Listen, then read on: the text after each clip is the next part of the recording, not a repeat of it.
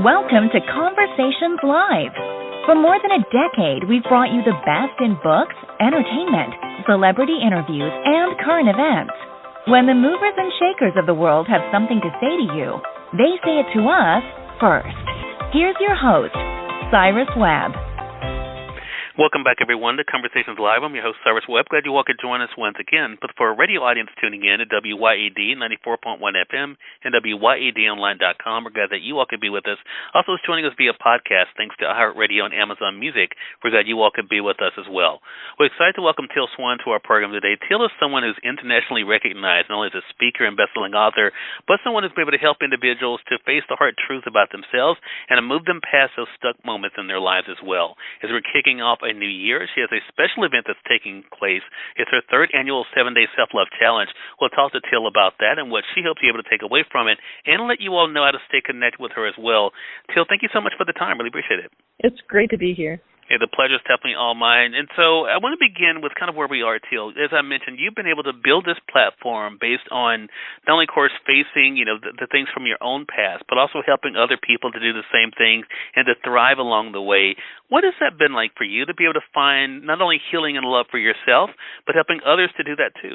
Well, I would love to say that it's been all awesome, but it was a really super bumpy road for myself, and it usually is when people come from a place where they really have to heal themselves into that space, I mean, it's been amazing. It's been a thing that has, I think, imbued my life with incredible meaning and purpose.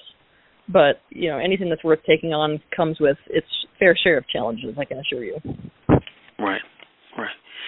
And I think, Teal, with that being said, and that is why people, I think, have so much admiration for you and look at you as being so courageous. I want to ask you how it began for you, because I think for so many people, it all begins with a decision. What was it like for you to make the decision that you deserved more for yourself?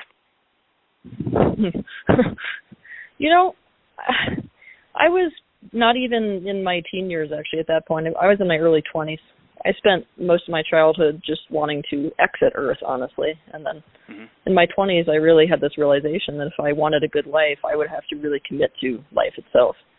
So I played this game with myself of committing to one day at a time. It was actually at the beginning of an hour at a time, but, once it was like, okay, I'm going to commit to today and not think about not wanting to be here, just throw all my energy into anything that feels like relief. What I found is that when I did that, all of a sudden it was like I wanted to live 2 days, and then I wanted to live 3 days, and I was like, okay, well, what am I going to do with my month? And then it was like, I'm here. I really want to make life what I can make life. And, I really found that was the start of my process to find what it is that I am really meant for on this earth. And in doing that, Teal, I noticed when I was prepping for this segment, you've been able to help people to also do the difficult work, right? To be able to face the truth of themselves, to face, where they are and what is keeping them, from reaching where they want. That work in itself is not easy. You mentioned, of course, it hasn't been easy for you, but, talk to us about that experience. What has that been like for you to help people to do that, to become more honest with themselves? It's my favorite thing on earth to do. It's like I said, it's definitely not easy. But the thing is when you help people really see reality, like where, what is in my life versus what I want. It's like you can chart point A to point B, and that is my absolute jam in life. I love showing people the blockages that are keeping them from the life that they want and working through those blockages so that they can actually attain what they want. That feeling is enough to just not only wake me up every day, but get me on airplanes flying across the world, which is a very big deal because I don't really like flying. Well, and I think, too, in facing those things, of course, that can be uncomfortable are definitely such a big part of this. I think the other thing, too, that I noticed with you, love is kind of a theme for you, but not just any type of love. A lot of your content online is really about that love of self, which I have learned in my own life is not always the easiest, and you have definitely been able to face that for sure. How did the 7-Day Self-Love Challenge, how did it initially come about? It came about because I noticed that people have a hard time disciplining themselves unless they're actually faced with a tangible challenge. So I wanted to give them that opportunity where each day we give them a different task, essentially, that's in alignment with self-love. And not only that, access to a platform where they can interact with each other. So that's another key that helps people really move through whatever challenges they're facing or whatever goals that they have, is having other people who have the same or similar goals to work through those things with them, so they're not alone in that process. Self-Love Challenge was a way to align those two endeavors together. Can you tell us, Teal, for yourself, because I think this will be interesting for our audience, how your idea of what happiness is, how has that changed for you along this public journey that you've been on? Ironically, it's just stayed the same, you know. Happiness is a very unique thing to the individual. So I would look at happiness as whatever a specific individual needs to feel a sense of well-being on a physical, emotional, and mental level. So it's whatever I'm sitting in front of or whoever I'm sitting in front of is going to have a different definition of what that is, you know. Gotcha. And for yourself, does it feel as though when you are able to do the work like you're doing, as I mentioned, you know, as you mentioned, traveling the world speaking, you know, being able to write about these things, to be able to share them in video form the way you've been able to as a content creator and influencer, that is, again, a part of that happiness for you? Oh, for me, absolutely it is. When I'm up on stage speaking or writing books, it's like the hours in the day just disappear. You know, I feel like I look at the clock and it's 8 a.m. and then I look at the clock and it's 9 p.m. kind of.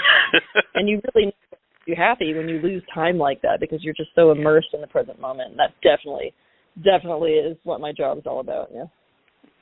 I think, too, one of the things I noticed, especially, you know, for our audience that's joining us online, you know, if you guys are looking, especially some of the books you've been able to talk about, again, I mean, you've written about, Teal, how to love yourself. You talked about loneliness, the connection process for sure. I think, you know, I noticed this even online, I think it was on your website, you know, being called the mirror. What was that easy for you to embrace that, to embrace that role of being that reflection back for what people needed to see and also to help them get past that? No, that was terrible. Well, basically, when you're evolving in your own career, it's like there's this process of really defining yourself and setting yourself aside or apart from the rest of the people who are in your given field. And what I noticed is really that what people are coming to me for and what my absolute talent is to show people reality and show people themselves and show people things they don't see. So it was actually not me that came up with that moniker. It was my following that came up with that moniker. They started calling me the mirror. And when they were bringing people to my events, they were saying things like, well, don't show up there unless you really want to see yourself. Like, if you don't want to see yourself, don't go. So I was like, you know what? I'm just going to embrace it because they're right. Yeah. I think to that same vein, I was asking you, about happiness. I think one of the things that comes up, and I hear it a lot on this broadcast, Teal, and I know you have in your work as well, is the confusion sometimes people have of happiness and what they view as success. Has it been easy for you to compartmentalize those two things and not look at them as the same?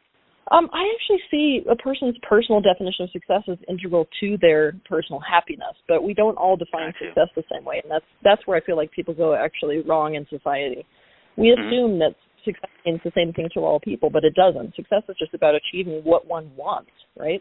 So if I am somebody who really wants this life of simplicity in nature, then I'm going to see that as success and look at somebody who wants money in a mainstream city as not being successful, even though they are. They're successful in their own way. So what we need to learn to do is to separate out our definition of success from other people's definition of success and make more leeway for what people individually want and therefore what adds up to their personal happiness. I love that. Well, that leads me into this question then, Teal. For yourself, because you are kind of blazing your own trail, has it been easy for you not to compare yourself and the work that you're doing to others? No, I'm endlessly comparative. I started my journey in my young adult life as a professional athlete, so competition is actually something that's very natural to my being, contrary to what many people would expect from a spiritual teacher.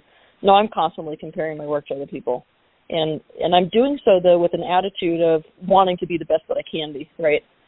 So it's not that I have, like, a lot of time on my hands. Oh, my gosh, I'm so busy, it's crazy. But when I see somebody else in my field creating content, I definitely want to make sure that I am on the leading edge there. Otherwise, it's like, what the hell am I doing here, taking up space, Yeah. Love that. And I love that honesty, too. And I think that is the thing, too, that really does separate you out. So I definitely want our audience to know then, Teal, as I mentioned, you're getting ready to celebrate the third annual 7-Day Self-Love Challenge. It's coming up February the 1st or the 7th.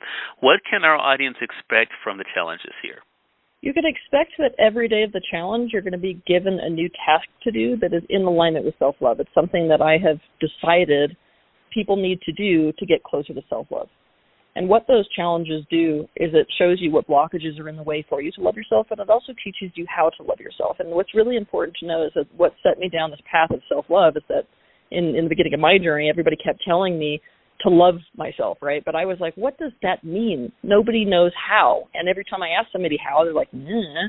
So I actually set out to answer that question. And the self-love challenge is designed in the vein of what I discovered. So it's basically steps for how to love yourself, the practical elements of it. And you can also expect, if you sign up to that challenge, to meet other people who are on that journey as well. And who knows, you might just meet somebody where that relationship lasts a lifetime. Love that. Nothing like building that community. Again, everyone, Teal Swan has been our guest, talking with us about the work she's been able to do that's made an impact on individuals literally around the world, but also this year's 7-Day Self-Love Challenge. Teal, really appreciate the time today. How can our audience stay connected with you as well as sign up for the challenge? Well, the best way to do that is just go to tealswan.com. It's very easy. We make the challenge so easy to find. You're not going to have to search around for it at all. We're going to put it on the front of the page. So, yeah, tealswan.com is the best place to find me. And you can also go to YouTube and just type in Teal Swan to the search bar, and you've got an absolute library of hundreds upon hundreds of videos that I've done over the years. Love that. And we'll definitely make sure that we link that up for our podcast audience as well. Teal, thank you again for the time and the great work you're doing. Really appreciate it. Looking forward to speaking with you again. It was wonderful to be here. Thank you so much. Hey, more than welcome. And we thank your audience for tuning in to another great segment of Conversations Live. Until next time, I'm your host, Cyrus Webb. As always, enjoy your day, enjoy your life, enjoy your world. Thank you all for choosing Conversations Live. Let's go make today amazing. Take care.